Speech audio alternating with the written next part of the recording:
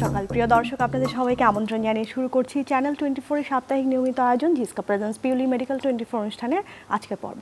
আপনাদের সাথে আছি আমি ডাক্তার সিফাত রহমান। প্রিয় দর্শক, গত 8 মে ছিল বিশ্ব ওভারিয়ান ক্যান্সার দিবস।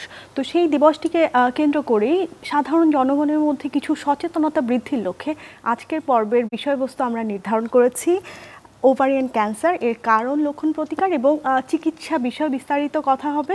আর আমাদের সাথে আজকে স্টুডিওতে উপস্থিত আছেন আমাদের দেশের অত্যন্ত খ্যাতনামা এবং স্বনামধন্য একজন চিকিৎসক, আমাদের আজকের আমন্ত্রিত অতিথি অধ্যাপক ডাক্তার আলিয়া শাহনাজ, প্রধান রেডিওথেরাপি বিভাগ, ঢাকা মেডিকেল কলেজ ও হাসপাতাল।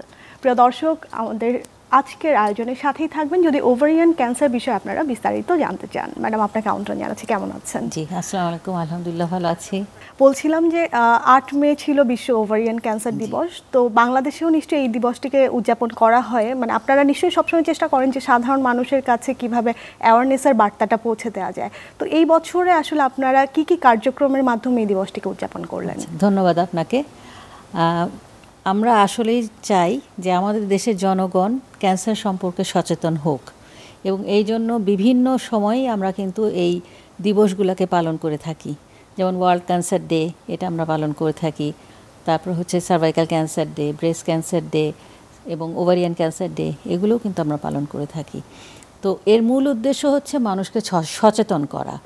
তো এই জন্যই আমরা বিভিন্ন রকমের সভা, সেমিনার এগুলো আমরা করে থাকি। এবং মনে করেন সার্ভাইভাল যারা আছে, অর্থাৎ যারা এই ক্যান্সারটাকে জয় করে এখন স্বাভাবিক লাইফ লিড করছে, তাদেরকে নিয়েও আমরা অনেক প্রোগ্রাম করে থাকি। মানে তারা নিশ্চয়ই তাদের জার্নিটা শেয়ার করে। হ্যাঁ, তাদের জার্নিটা শেয়ার করে এবং তাদের বিভিন্ন রকমের যে প্রবলেমগুলো হয় সেগুলো কিভাবে ওভারকাম করা যায় সেগুলো সম্বন্ধে বিভিন্ন রকমভাবে আমরা হেল্প করার জন্য আমরা সচেষ্ট থাকি, এবং সেই জন্য এই প্রোগ্রামগুলো করে আমরা তাদেরকে উৎসাহিত করি যারা বাকিরা যারা আছে তারা যেন অন্তত সচেতন হয়, এবং যদি হয়েই যায় মানে ক্যান্সারটা, তাহলে যেন সে অবশ্যই চিকিৎসাটা এবং দ্রুততম সময়ের মধ্যে চিকিৎসাটা নেয়। আচ্ছা, আমরা যদি একটু বিশ্বের দিকে তাকাই, যে ওভারিয়ান ক্যান্সারের বার্ডেন গ্লোবালি অনেক বেশি বেড়ে গিয়েছে, তো বাংলাদেশের চিত্রটা আসলে এই মুহূর্তে কেমন?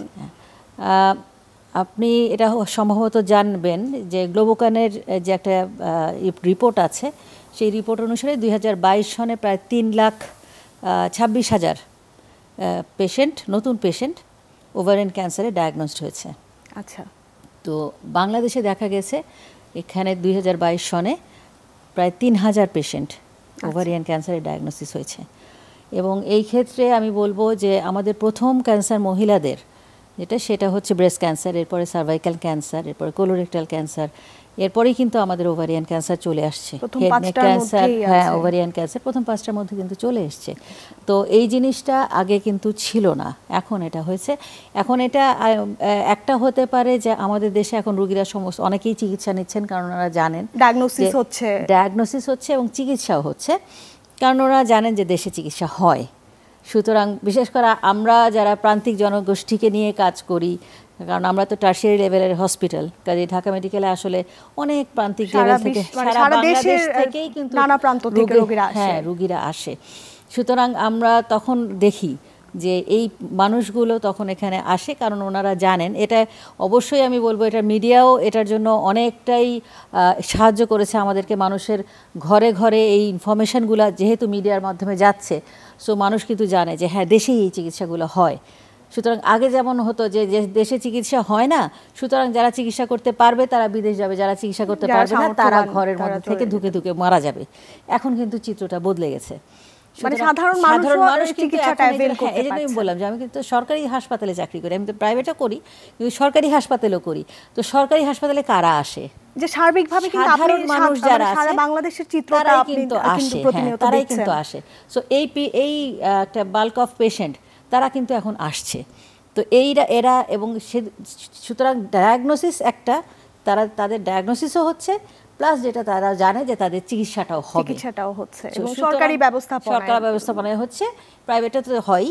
তো সুতরাং এই জন্যই আসলে এই জিনিস সারফেসে আসছে এজন্যই কিন্তু আমাদের সংখ্যাটা এখন দেখাচ্ছে আসলে অনেক বেশি।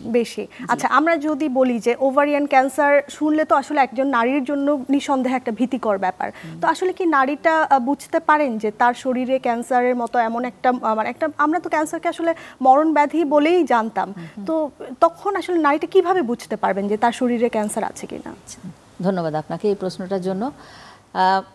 ওভারিয়ান ক্যান্সারের ক্ষেত্রে সবচেয়ে দুঃখজনক ঘটনা হচ্ছে এটাতে কোনো উপসর্গ থাকে না। আচ্ছা, একদম সাইলেন্ট প্রাথমিক পর্যায়ে, হ্যাঁ প্রাথমিক পর্যায়ে কোনো উপসর্গ থাকে না। এটাকে বেসিক্যালি বলা হয় একটা সাইলেন্ট কিলার।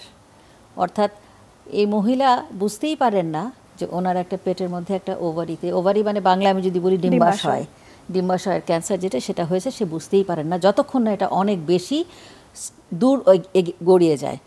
তো এখন সাধারণত পেশেন্টদের যেটা হয় আর্লি স্টেজে যেটা হয় সেটা কিন্তু ওনারা দেখা যায় যে পেটে ব্যথা, পেট ব্যথা তো কমই হয়।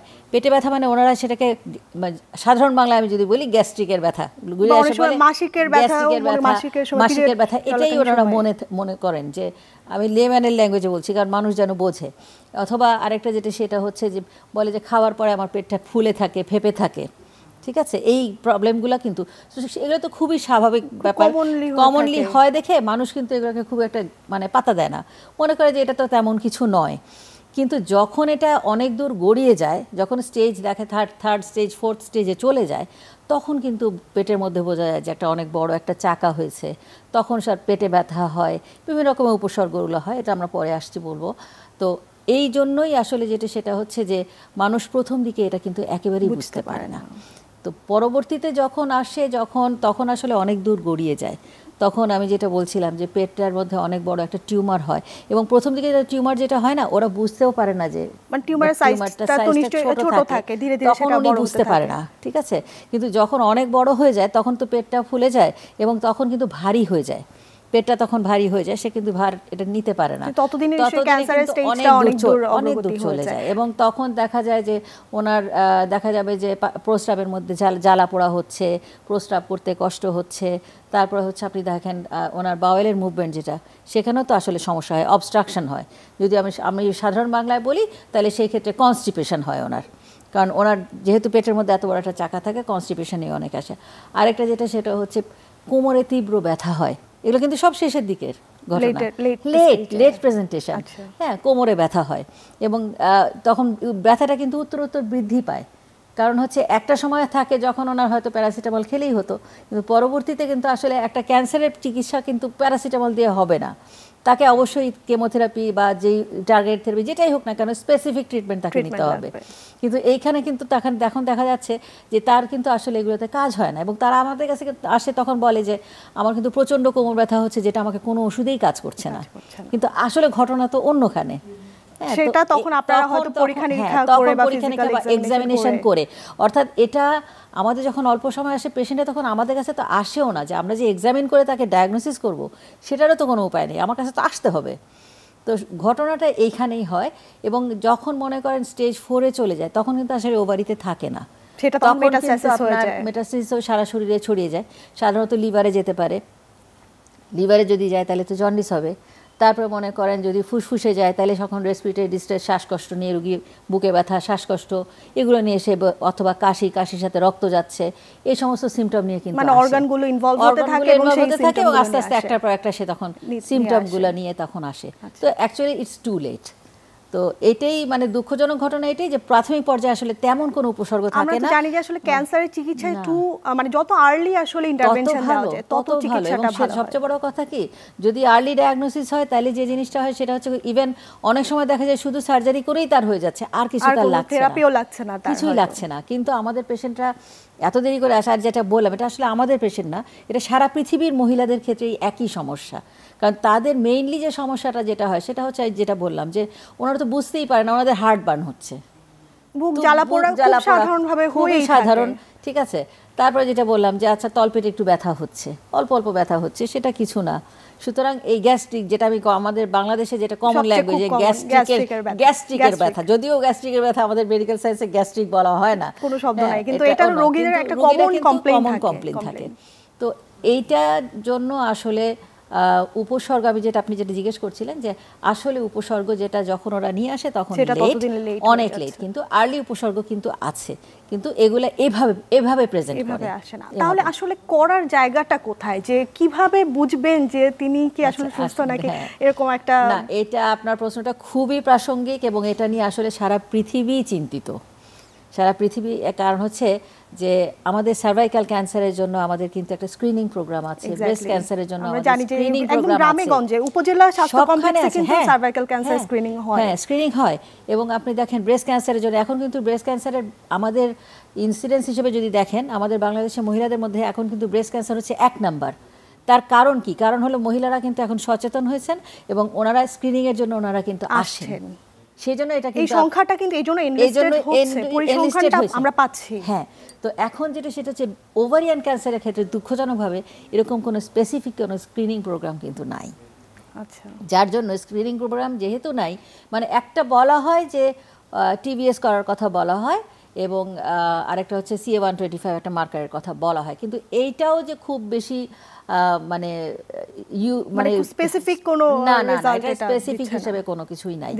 সো এই জন্যই আমি বললাম যে এটা আসলে একটু দুঃখজনক ঘটনা যে আসলে কোনো স্ক্রিনিং প্রোগ্রাম এখন পর্যন্ত ওরকম এস্টাবলিশড নাই, মানে কোনো ধরনের প্রোটোকল বা না ওর কোনো ধরনের প্রোটোকল এস্টাবলিশ প্রোটোকল নাই। এবং এটা সারা পৃথিবীতে এই জন্য এটা নিয়ে আসলে সবাই খুব মানে প্রবলেমে আছে, উদ্বিগ্ন। হ্যাঁ, এটা এবং আমাদের যে সায়েন্টিস্ট যারা আছেন ওনারাও এটা নিয়ে খুব চিন্তিত। যেমন এক সময় কিন্তু বলা হতো যে CA-125 যদি রেজ থাকে তাহলে কিন্তু ধরে নেওয়া হয় তাকে ওভারিয়ান ক্যান্সার হবে, কিন্তু এখন দেখা যাচ্ছে আসলে CA-125 এর ক্ষেত্রে আপনার ওভারিয়ান ক্যান্সারের এটা একটা জাস্ট একটা মনিটর, এটা মনিটর করে পরবর্তীতে যে ডিজিজ প্রোগ্রেশনটা কতটুকু হচ্ছে, হ্যাঁ, দ্যাট ইজ ডায়াগনোজ হয়ে গেল, ট্রিটমেন্ট হলো, that is it is a monitor করে আমার ডিজিজ কন্ডিশনটা, but it's not a diagnostic tool. Exactly, হ্যাঁ, তো যেহেতু ডায়াগনস্টিক টুল না, যে অনেক বছর আগে এটা ভাবা হতো, কিন্তু এখন দেখা গেল যে আরো অনেকগুলো কারণ আছে যার জন্য CA-125টা রেজড হতে পারে। ঠিক আছে, সুতরাং এটাকে আমরা স্পেসিফিক ভাবে ধরতে পারছি না। আচ্ছা, মহিলাদের যেহেতু একটা গর্ভধারণের বিষয় থাকে, তো গর্ভধারণের উপর কি এই ক্যান্সারটি কোনোভাবে কি কোনো ধরনের প্রভাব ফেলে? আপনার এই প্রশ্নটা যেটা এটা আসলে আমাদের মনে হয় একটু আমাদের মা বোনদের জানা উচিত। সেটা হচ্ছে যে আপনি যেটা বললেন গর্ভধারণের ক্ষেত্রে অবশ্যই এটা একটা রিস্ক ফ্যাক্টর হিসেবে বলা হচ্ছে। এটা হলো যে আপনার ওভারিয়ান ক্যান্সারের ক্ষেত্রে আমরা কিন্তু কোনো কারণ বলতে পারি না, যে কোনো ক্যান্সারের ক্ষেত্রেই কিন্তু কারণ বলা যায় না। ঠিক আছে, যেমন আমি আপনাকে বলি, আমি একটা ভাইরাস দিয়ে একটা ক্যান্সার হয়, আমি তো কোনো রোগীর শরীরে ওই ভাইরাসটা ঢুকিয়ে ক্যান্সার করাতে পারবো না, এটা আসলে এটা হবে না, এটা এই অ্যাসোসিয়েশনটা আসলে বোঝার কোনো উপায় নেই। সো আমাকে ওই ডাইরেক্ট প্রসিডিউরে আমি যেতে পারছি না। সো আমাকে কি করতে হচ্ছে, আমরা রিস্ক ফ্যাক্টর হিসেবে এটাকে আমরা ধরি যে হ্যাঁ এই ক্যান্সারের জন্য এই রিস্ক ফ্যাক্টরগুলো দায়ী। তো সেই হিসাবে যদি ওভারিয়ান ক্যান্সারের ক্ষেত্রে বলি তাহলে আসলে কিছু রিস্ক ফ্যাক্টর আছে, এবং তার মধ্যে আপনার যেটা একটা প্রশ্ন ছিল সেটা হচ্ছে যে গর্ভধারণের কথা যেটা বলা হচ্ছিল, সাধারণত নালীপ্যারা অর্থাৎ যাদের কখনোই কোনো বাচ্চা হয়নি তারা কিন্তু একটা রিস্ক ফ্যাক্টরের মধ্যে পড়েন। আচ্ছা, আরও কিছু রিস্ক ফ্যাক্টর আছে, যেমন প্রথম আমরা যেটা দেখি সেটা হচ্ছে আসলে BRCA1 BRCA2 বলে জিন আছে, একটা জিনের মিউটেশনের কারণে এটা হয়। এবং শুধু তাই না, বংশগত একটা ব্যাপার কিন্তু আছে। একটা ফ্যামিলিতে যদি ওভারিয়ান ক্যান্সারের পেশেন্ট থাকে, ধরেন যেটা সাধারণত বলা হয় 3 জন অথবা তার উপরে যদি থাকে, তাহলে সেই ক্ষেত্রে কিন্তু দে আর ভেরি মাচ আমরা সবসময়ই যে কোনো রোগের ক্ষেত্রে প্রাধান্য দিই। সুতরাং এই ক্ষেত্রে কিন্তু একটা অনেক বড় একটা কারণ হিসেবে আমাদের বংশগত একটা প্রশ্ন এসেই তার মায়ের আছে বা তার ফ্যামিলির ফার্স্ট ডিগনিটিভ রিলেটিভ আছে, তাদের কারো আছে, মা, খালা, ফুফু, ঠিক আছে, এই এদের মধ্যে, অথবা তার বোন, ঠিক আছে, এদের মধ্যে। সুতরাং এটা একটা বংশগত কারণ তো আছেই। আর এরপরে যেটা সেটা হচ্ছে পার্সোনাল, যদি আমি বলি পার্সোনালের ক্ষেত্রে যেটা ব্রেস্ট ক্যান্সারের যে সমস্ত রোগীরা আছে ওদের ক্ষেত্রে কিন্তু ওভারিয়ান ক্যান্সার, মানে তারাও ঝুঁকিপূর্ণ গ্রুপে আছেন, যে পরবর্তীতে তাদের ওভারিয়ান সিনড্রোম বলে একটা কথা আছে, যে ব্রেস্ট ক্যান্সারের পেশেন্টের আমরা কিন্তু খুব খেয়াল করি যে তাদের ওভারিটা কেমন আছে, কারণ ব্রেস্ট ওভারিয়ান সিনড্রোম বলে একটা কথা যেহেতু আছে, কাজে যে রোগীগুলো ব্রেস্ট ক্যান্সারের পেশেন্ট তাদের কিন্তু ওভারিয়ান ক্যান্সার হওয়ার ঝুঁকিটা অনেক অনেক বেশি। মানে তাদের কি তার মানে আপনারা ফলো আপ রাখেন যে তার ওভারিটা কি ঠিকঠাক আছে কি? হ্যাঁ, 2টা ম্যালিগনেন্সি হতে পারে। সো এটার পরে ওভারিয়ান ম্যালিগনেন্সি হতে পারে। সো এটা পার্সোনাল একটা ব্যাপার। এরপরে যেটা সেটা হচ্ছে জেনেটিক ব্যাপার। তো আমি জিনের ব্যাপার তো বললাম, আমি BRCA1 BRCA2 যেটা আছে মিউটেশন যদি হয় তাহলে সেক্ষেত্রে হওয়ার রিস্ক খুবই বেশি থাকে যাদের এটা আছে। এরপরে হচ্ছে মনে করেন আর্লি মেনার্কি লেট মেনোপজ, হ্যাঁ, এই ক্ষেত্রে একটা হতে পারে, অর্থাৎ মাসিক যদি কারোর আগে আগে অনেক ছোট বয়সে হয় এবং অনেক দেরি করে যাদের শেষ হয় তারা একটা ঝুঁকির মধ্যে থাকে। এরপরে যেটা আরও হলো যে আমাদের খাবার দাবারের কথা আমি বলবো, যে চর্বি জাতীয় খাদ্য এগুলো এবং সেডেন্টারি লাইফ এবং হচ্ছে ওবেসিটি অর্থাৎ স্থূলতা একটা, আসলে স্থূলতা শুধু যে ওভারিয়ান ক্যান্সার না, আরো অনেক ক্যান্সারের জন্য, ক্যান্সারকেই আসলে প্রভাবিত করে। হ্যাঁ, অনেক ধরনের ক্যান্সার। লাইফস্টাইলের কথা ম্যাডাম যেটা বললেন যে আমরা তো জানি যে লাইফস্টাইলকে আমরা চাইলে মডিফাই করতে পারি, মানে এটা একটা মডিফায়াবল রিস্ক ফ্যাক্টর। তো এটা কিন্তু আসলে হ্যাঁ, তো এখন যেটা সেটা হচ্ছে এই সমস্ত কারণগুলো কিন্তু একটা অনেক বড় ফ্যাক্টর হিসেবে কাজ করে ওভারিয়ান ম্যালিগনেন্সি। আচ্ছা ম্যাডাম, আমি একটু জানতে চাই যে পেশেন্টটার ফিজিক্যাল এক্সামিনেশন করে তো আপনারা অনেকটাই বুঝতে পারেন যে তার আসলে কি হয়েছে, পাশাপাশি নিশ্চয়ই কিছু ইনভেস্টিগেশন করার দরকার হয়, তো সেগুলো কি? প্রথমত যেটা সেটা হচ্ছে পেশেন্ট আমাদের কাছে আসলে ফার্স্ট আপনি যেটা বললেন আমরা এক্সামিনেশন করি, এক্সামিনেশনের সাথে সাথে আমরা কিন্তু হিস্ট্রিও শুনি, অর্থাৎ একটা মানুষের তাদের সমস্যাগুলো কি কি, প্লাস হচ্ছে যে কিছু ইনফরমেশান আমাদের লিডিং ইনফরমেশান আমরা দিই, যেমন তার বাচ্চা হচ্ছে না কি না, কারণ ইনফার্টিলিটি কিন্তু is one of the cause, not only nullipara, যাদের কিন্তু ইনফার্টিলিটি আছে তাদের ক্ষেত্রেও তারাও কিন্তু অনেক বেশি ঝুঁকিতে থাকেন। So this is very important. তো এই সমস্ত কিছু ইনফরমেশান আমরা কিন্তু নেই। এরপরে আমরা এক্সামিনেশনে যাই, রুগীতে আমরা এক্সামিন করি, সারা বডিতে আমরা এক্সামিন করে দেখি ওনাদের কী অবস্থা। এবং ইনভেস্টিগেশনসের ক্ষেত্রে সেটা হচ্ছে যে আমাদের যদি ডায়াগনস্টিক যেটা বলি, তাহলে ইউজুয়ালি আমরা যেটা করি সেটা হচ্ছে আলট্রাসোনো, একদম খুবই মিনিমাম লেভেলে যদি করতে হয় তাহলে আমরা আলট্রাসোনো করি, এবং টিভিএস আপনি জানেন, ট্রান্সভ্যাজানাল আলট্রাসোনোগ্রাফি, এটা করা হয়। এবং সাথে সাথে যেহেতু আমরা ট্রিটমেন্ট করব, কাজেই বেসলাইন ইনভেস্টিগেশনস এবং তার সাথে মার্কার যেটা আছে, এটা কখনো CEA কখনো CA 125, it depends upon the histology. আসলে কথা হচ্ছে যে আমরা ওভারিয়ান ক্যান্সার আমরা একটা শব্দ বলছি, কিন্তু বেসিক্যালি এটার কিন্তু বিভিন্ন ধরনের হিস্টোলজিক্যাল টাইপ আছে। যেমন আমার এপিথেলিয়াল টাইপ যেটা, সেগুলোর আবার অনেকগুলো ভাগ আছে। আবার জার্ম সেল যেগুলো থেকে হয়, এটা থেকে যেগুলো হয় সেগুলোর আবার কতগুলো ভাগ আছে। আবার হরমোন প্রডিউসিং কতগুলো টিউমার আছে, সেগুলোর আবার ভাগ আছে। সো এগুলোর সাথে আবার আমার মার্কার অ্যান্ড আদার্স কিছু ইনভেস্টিগেশনস কিন্তু। হিস্টোলজিটা বোঝার জন্য হিস্টোলজি যেটা সেটা হচ্ছে, সেই জন্য যেটা করা হয় সেটা হলো প্রথমে আমরা ডায়াগনোসিস যখন করি তখনই আমাদের প্যাথোলজির জন্য আমাদের যে মানে ম্যাটেরিয়াল থাকে সেটা আমরা তো নিয়ে নিই, এবং সেটা তখন আমাদের প্যাথোলজিস্ট যারা আছেন ওনারাই এই হিস্টোলজি যেগুলো ওনারা ডায়াগনোসিস করেন যেটা কোন ভ্যারাইটির মধ্যে পড়ছে, কারণ এই ভ্যারাইটির উপর কিন্তু আবার আমাদের চিকিৎসার প্ল্যানটা, কারণ চিকিৎসার প্ল্যানের ক্ষেত্রে এটা আমি পরবর্তীতে আসি, চিকিৎসার প্ল্যানেরটা।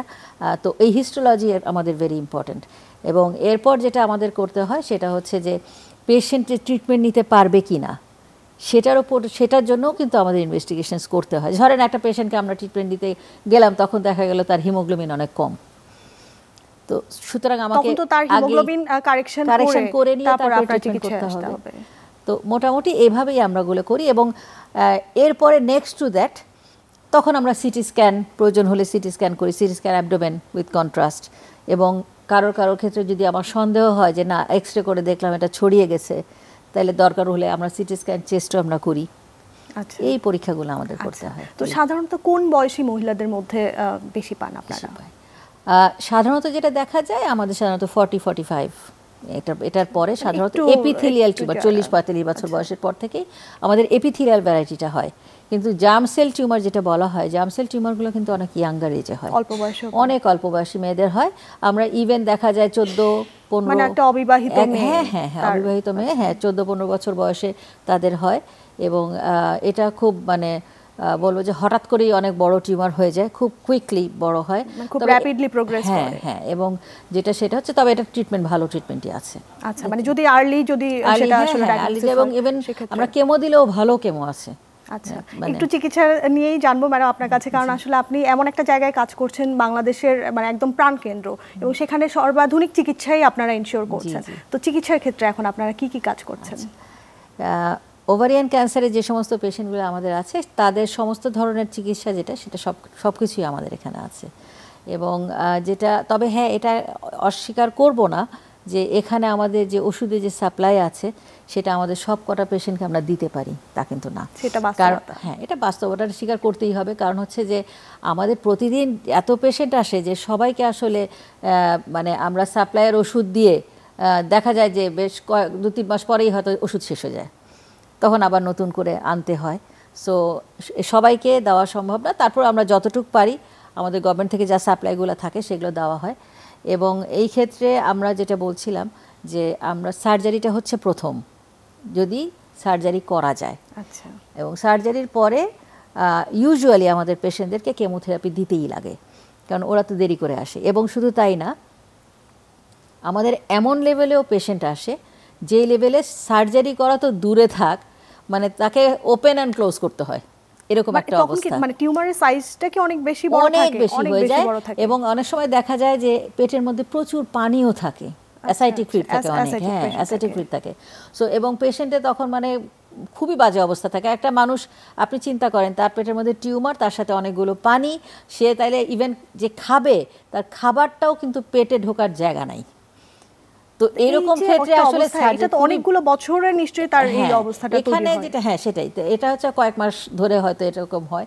তো এখন যেটা হয় সেটা হচ্ছে যে তখন আমরা যেটা করি, মানে সার্জেনরাও তখন অপারেশন করতে পারেন না, অনেক বড় হয়ে গেলে সার্জেনরাও তখন দেখা যায় অনেক রকম কমপ্লিকেশন থাকে, কারণ আশেপাশে যে অর্গান সেগুলো তো সব আসলে ইনভলভ করে যায়, গাট ইনভলভ করে যায়, অন্যান্য অর্গানগুলো, হ্যাঁ। তো তখন আমরা করি, ওনারা বলে দেন যে এখানে অপারেশন করা যাবে না, না ট্রিটমেন্ট না, ওনারা বলেন অপারেশন করা যাবে না, তখন আমরা কেমোথেরাপি দিই। That is new adjuvant chemotherapy. অর্থাৎ একটা তো হলো অপারেশনের পরে কেমো দিচ্ছি, যাদেরকে অপারেশন করা যাচ্ছে, আর যাদের যাচ্ছে না তাদেরকে অপারেশন করার মতো পর্যায়ে নিয়ে আসার জন্য আমরা কেমোথেরাপি দিই। মানে কেমো দিলে তখন কি মানে সাইজটা কি একটু ছোট হয়ে আসে? আলহামদুলিল্লাহ কেমোটা তখন দিলে ওটা সাইজটা ছোট হয়ে আসে। শুধু তাই না, আপনারা দেখেন তখন মাইক্রোমেটাসিসও কিন্তু প্রিভেন্ট করা যায়, অর্থাৎ শরীরে যে ছড়িয়ে যাওয়ার যেটা, হ্যাঁ ওইটাও কিন্তু প্রিভেন্ট করা যায়। সো এবং এটা আলহামদুলিল্লাহ এটা খুব ভালো একটা মানে ব্যাপার, যে সেটা হচ্ছে এই ক্ষেত্রে দেখা যায় অনেক পেশেন্ট আছে যাদের অপারেশন করা যেত না, তাদের কিন্তু অপারেশন করা যায়। আচ্ছা। তো সো আমরা যে শুধু যে সার্জারির পরে কেমো দিচ্ছি তা না, সার্জারি আগেও কেমো দিচ্ছেন, ঠিক আছে। এবং কেমোগুলোতে দেখা যাচ্ছে বিশেষ করে আমরা বাচ্চাদের কথা যেটা বলছিলাম, ছোট মেয়েদের যাদের হয় ডিসজার্মিনোমা, তাদের তো কেমোগুলো এক্সেলেন্ট কাজ করে, ঠিক আছে। এবং অন্যান্য এপিথেলিয়াল টিউমারের যেগুলো, সেগুলোও কিন্তু কেমোগুলো খুবই ভালো কাজ করে। এবং শুধু কেমো না, আজকাল কিন্তু অনেক কিছু আছে, টার্গেট থেরাপি আছে, তারপর হচ্ছে ইমিউনোথেরাপি আছে। হ্যাঁ, ইমিউনোথেরাপি তো এখন খুবই ওয়ার্ল্ড ওয়াইড, এটা নিয়ে খুব কাজ হচ্ছে এবং এগুলো রেসপন্সও অনেক ভালো, যদিও একটু খরচ বেশি, কিন্তু এগুলো রেসপন্সও অনেক ভালো। এবং ওভারিয়ান ক্যান্সারের ক্ষেত্রে মানে আমি বলবো যে লাস্ট দিন পর্যন্ত রুগীকে কিন্তু আমরা ট্রিটমেন্ট দিতে পারি, সেটা হোক মানে কেমোথেরাপি, হোক টার্গেট থেরাপি, হোক মনোক্লোনাল অ্যান্টিবডি, হোক ইমিউনোথেরাপি। অর্থাৎ এটা কিন্তু বলার মানে না যে অনেক আছে না, আমরা যেমন অনেক সময় বলে দিই যে না ঠিক আছে ওনাকে এখন আর চিকিৎসা দেওয়া যাচ্ছে না, হ্যাঁ চিকিৎসা দেওয়া যাচ্ছে না, কিন্তু ওভারিয়ান ক্যান্সার কিন্তু কখনো এটা হয় না। আচ্ছা, ওভারিয়ান ক্যান্সারে আমাদের একদম শেষ স্টেজ পর্যন্ত আমরা এটা ট্রিটমেন্ট দিতে পারি। ইভেন কিছু না হোক উনি বাড়িতে বসে ট্যাবলেটগুলো খাবে, এটা দেওয়ার মতো অবস্থাও কিন্তু মানে থাকে। অর্থাৎ আমি আমার পেশেন্টদের যারা আছেন, যারা দেখছেন, তাদেরকে আমি বলবো যে ওভারিয়ান ক্যান্সার হলে ভয় পাওয়ার কিছু নেই, আপনার একদম শেষ লেভেল পর্যন্ত চিকিৎসা আছে, চিকিৎসা নিতে হবে, এটা হচ্ছে আসল কথা, চিকিৎসা নিতে হবে। এবং আমরা প্যালিয়েটিভ কেয়ারের উদ্দেশ্য কি, প্যালিয়েটিভ কেয়ার মানে তো আমরা আসলে পেশেন্টকে কিওর করতে পারি না, কিন্তু পেশেন্টের কোয়ালিটি অফ লাইফ যেন ইমপ্রুভ করা, কোয়ালিটি অফ লাইফটা ইমপ্রুভ করা। এবং এইটাই তখন দেখা যায় যে ওনাকে বাড়িতে বেশি ওষুধ খাওয়ালাম, আল্লাহ তো ইচ্ছা, যেটা আল্লাহ যেটা নিয়ম সেটা তো হচ্ছে মানুষ তো যাবেই চলে, কিন্তু উনি যখন যাবে তার আগে যেন উনি হাঁটা চলা করে সুন্দর করে মানুষের সাথে মানে নরমাল লাইফ লিড করে, নরমাল লাইফ যেন এইটা ওভারিয়ান ক্যান্সারের ক্ষেত্রে কিন্তু এটা করা যায়। এবং সেই জন্যই আমি বলবো যে ডিসহার্টেন হওয়ার কিছু নেই, যে আমি আর্লি পর্যায়ে আসলাম না অথবা আমাকে অপারেশন করা যাচ্ছে না, গাইনোকোলজিস্টটা বলে দিচ্ছে যে না এটা অপারেশন করা যাচ্ছে না, আমরা ওপেন অ্যান্ড ক্লোজ করেছি, আর কিছু করা যাচ্ছে না, না তখন মানে মনোবলটা ধরে রাখতে হবে। হ্যাঁ, মনোবল ধরে রাখতে হবে। আপনার কাছে আরো জানবো বিস্তারিত একটি ছোট বিরতির পর। প্রিয় দর্শক, জিসকা প্রেজেন্স পিউলি মেডিকেল 24 অনুষ্ঠানের পর্যায়ে একটি ছোট্ট বিরতিতে যাচ্ছি। আমাদের আলোচনার পরবর্তী অংশে ফিরে আসছি বিরতির পর, আমাদের সাথেই থাকুন।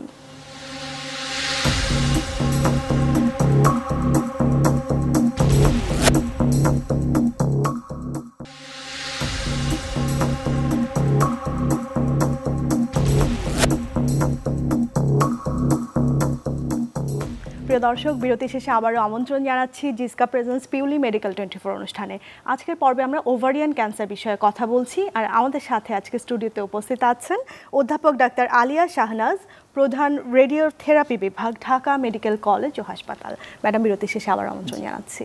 ম্যাডাম, ট্রিটমেন্ট বিষয়ে কথা হচ্ছিল, তো আপনি সার্জারির কথা বলছিলেন যে টিউমারের সাইজটা যদি মানে ছোট থাকে, যদি সার্জারি করার মতো অবস্থা থাকে, সেক্ষেত্রে আপনারা সাধারণত কেটে ফেলে দেন টিউমারটাকে। তো এক্ষেত্রে কি পরবর্তীতে আবার রিকার করার কোনো চান্স থাকে? এটা একটু জানতে চাই। পাশাপাশি একটু জানতে চাই যে ডিম্বাশয় কি কেটে ফেলে দিতে হয় কিনা, সেটা আমার মনে হয় যে সাধারণ মানুষের একটা কোয়েরি আছে। ধন্যবাদ আপনার প্রশ্নের জন্য। প্রথম কোয়েশ্চেনটা ছিল যে রিকার করে কিনা। আচ্ছা আচ্ছা, হ্যাঁ, রিকার করতে পারে। যেটা বলছিলাম আমি যে ডিসহার্টেন হওয়ার কিছু নেই। রিকার করার পরেও কিন্তু আবার চিকিৎসা আছে, আমাদের চিকিৎসা আছে, ভালো ভালো চিকিৎসা আছে, যেটা দিয়ে আমরা পরবর্তীতে এমনও হয় যে রিকার করার পরে দরকার হলে আমরা কিন্তু আবার অপারেশনে যেতে পারি, যেটা গাইনোকোলজিস্টরা করেন। আবার যদি রিকার করার পরে অপারেশন করা না যেতে পারে, সেই ক্ষেত্রেও কিন্তু আমাদের কেমোথেরাপি এবং টার্গেটেড থেরাপি এগুলো কিন্তু আছে, ইমিউনোথেরাপি, এগুলো দিয়ে ট্রিটমেন্ট করা যায় এবং পেশেন্ট ভালো থাকে। আচ্ছা, আমার যে প্রশ্নটা ছিল যে ডিম্বাশয় পুরোটাই কি কখনো কেটে ফেলে দেওয়ার মতো অবস্থা হয়? এই ক্ষেত্রে সেটা হচ্ছে যে এটা ডিপেন্ড করবে আমার কোন হিস্টোলজির ওপর, ঠিক আছে। আর সেটা হলো যে আমরা এখানে খেয়াল করি সেটা হচ্ছে যে তার ফ্যামিলি কমপ্লিট কিনা, বাচ্চা আছে কিনা, ফ্যামিলি কমপ্লিট কিনা। যদি ফ্যামিলি কমপ্লিট না থাকে, তাহলে কোনো ক্ষেত্রে আমরা কিন্তু ডিম্বাশয় তো আমাদের বেসিক্যালি দুটো, ডান দিকে একটা, বাঁ দিকে একটা, ওভারিতে দুটো, যে কোনো একটা যেটা ইনভলভ সেটা আমরা ফেলে দিই। এবং আরেকটা যেটা, সেক্ষেত্রে আমরা দরকার হলে ওটা গাইনোকোলজিস্টটা বায়োপসি করে চেক করে দেখেন ওটা ভালো আছে কিনা। যদি ভালো থাকে, ঠিক আছে, ওকে সেটা রেখে দেওয়া হয়। এবং তারপরে যেটা করা হয়, বাচ্চা নেওয়ার পরে, বাচ্চা হবার, ফ্যামিলি কমপ্লিট করার পরে, এরপর আমরা তখন ফেলে দেওয়ার জন্য বলে দিই, কারণ হচ্ছে রিস্ক রাখতে চাই না আর কি। আচ্ছা ম্যাডাম, একটু জটিলতাগুলো নিয়ে একটু জানতে চাই যে যদি যথাসময়ে চিকিৎসা করা না হয়, সেক্ষেত্রে কি কি ধরনের কমপ্লিকেশন হতে পারে, এবং পাশাপাশি চিকিৎসা তিনি নিলেন, অপারেশন পরবর্তী জটিলতা কি কি হতে পারে, দুটোই জানতে চাই। এখানে প্রথম কথা সেটা হচ্ছে যে যদি চিকিৎসা না নেয় তাহলে কি হতে পারে। প্রথম যে জিনিসটা আমি আমার রোগীদের সবাইকে বলি, সেটা হচ্ছে চিকিৎসা যদি না নেয়, রোগ কিন্তু বসে থাকবে না, রোগের গতিতে এগোতে থাকবে। এখন আমি যদি চিকিৎসা নেই, তাহলে দুটো জিনিস হতে পারে। একটা সেটা হচ্ছে আমি ভালো হয়ে যেতে পারি, অথবা আমার রোগটা ওইটুক জায়গাতেই থেমে থাকবে, এটা আর আগাবে না। যদি না ফেলিওর হয়, আমরা ফেলিওর কথা পরে বলছি, ফেলিওর যদি হয় সেটা তো ডিফারেন্ট, একটা পার্সেন্টেজ তো ফেলিওর সারা পৃথিবীতেই হয়। কিন্তু সাকসেস কিন্তু আছে, সেটা হচ্ছে যেটা আমি বললাম যে আমার প্রোগ্রেসটা আমি আটকাতে পারি, হল্ট করতে পারি, যে হ্যাঁ এরপরে এটা আর বাড়ছে না, অথবা এটা সাকসেস ট্রিটমেন্ট হচ্ছে। সো আমি ট্রিটমেন্ট নিলে আমার সুবিধা এটা। আর যদি ট্রিটমেন্ট না নেই, তাইলে কি হবে? স্টেজ 1টা, স্টেজ 2, 3, 4 অ্যাডভান্সড।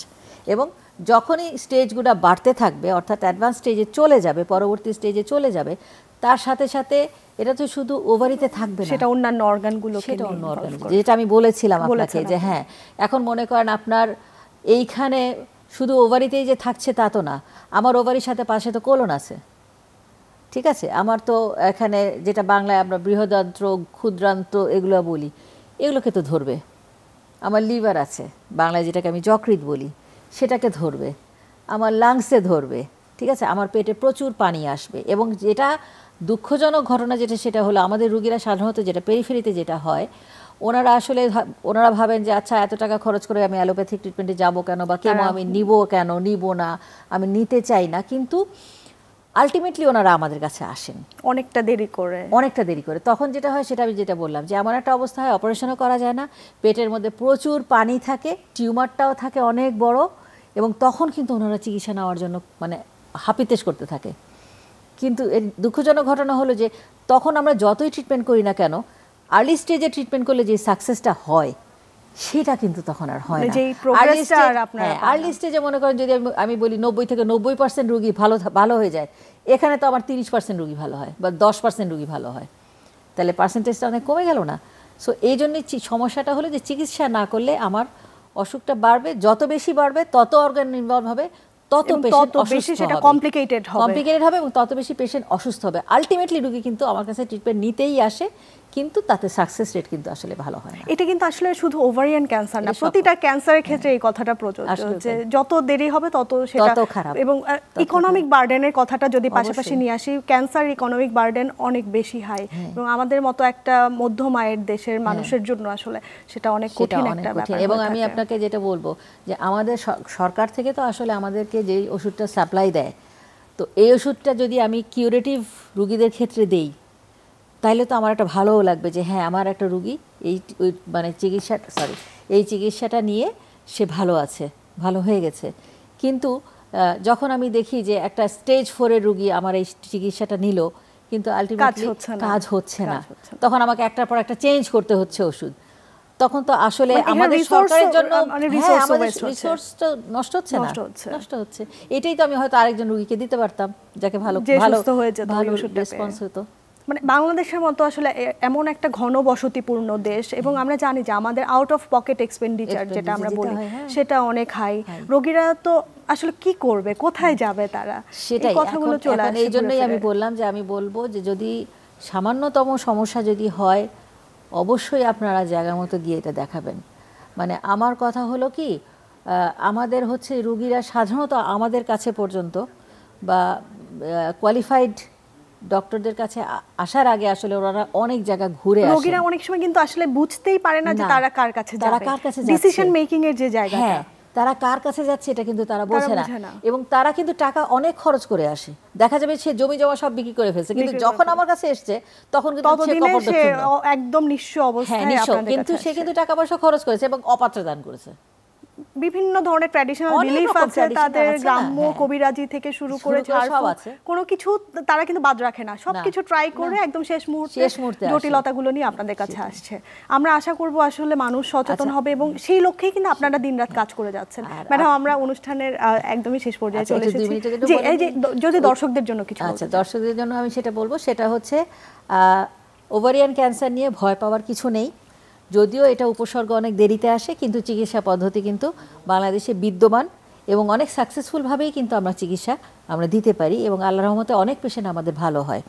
এবং চিকিৎসা নিয়ে আপনি একটা প্রশ্ন করেছিলেন জটিলতার কথা, সেটাও আমি এর মধ্যেই বলে দিতে চাই যে চিকিৎসার মধ্যে হয়তো কেমোথেরাপি দিলে আপনার মাথার চুল পড়ে যেতে পারে, আপনার বমি বমি ভাব লাগতে পারে, আপনার পেটে ব্যথা করতে পারে, আপনার পেটে সমস্যা হতে পারে, লুজ মোশন হতে পারে, কিন্তু সব কিছুর জন্যই কিন্তু আমাদের ওষুধপত্র আছে। সুতরাং এইটাতে ভয় পাওয়ার কিছু নেই। আর চুলের কথা অনেকেই জিজ্ঞেস করে থাকেন, এটা আমি আমার রোগীদেরকে বলি এবং আপনাদেরও আমি বলে দিই সবাইকে যারা এখানে আছেন, সেটা হচ্ছে যে কেমো 2 থেকে 3 মাস শেষ করার সাথে সাথে যখন শেষ হয় তার 2 থেকে 3 মাস পরে কিন্তু খুবই সুন্দর চুল উঠে। আচ্ছা, এটা আসলে 100% মন খারাপ করার কিছু নেই না।